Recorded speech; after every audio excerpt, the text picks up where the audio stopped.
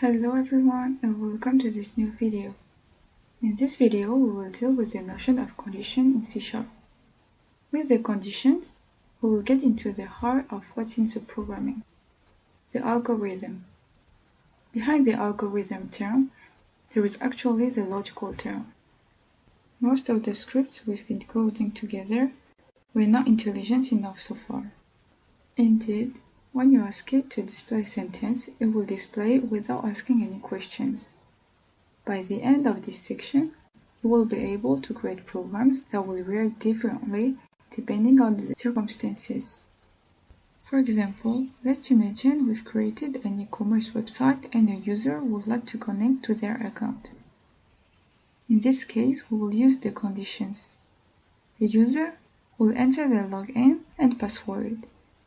If the password matches the one in the database, then the user can be connected. Otherwise, they will be shown the wrong password. Do you see? So watch out. With these conditions, we will be able to write advanced scripts. Now let's get to the heart of the matter. What is the purpose of the conditions here? It is to test a condition in order to perform an action or not, depending on the test result. For example, let's imagine that a young man is going to the cinema and he needs to be at least 18 years old to be able to access the cinema.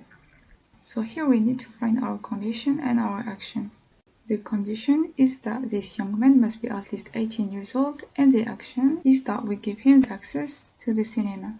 You may notice that a condition indicates either yes or no, or true or false specifically.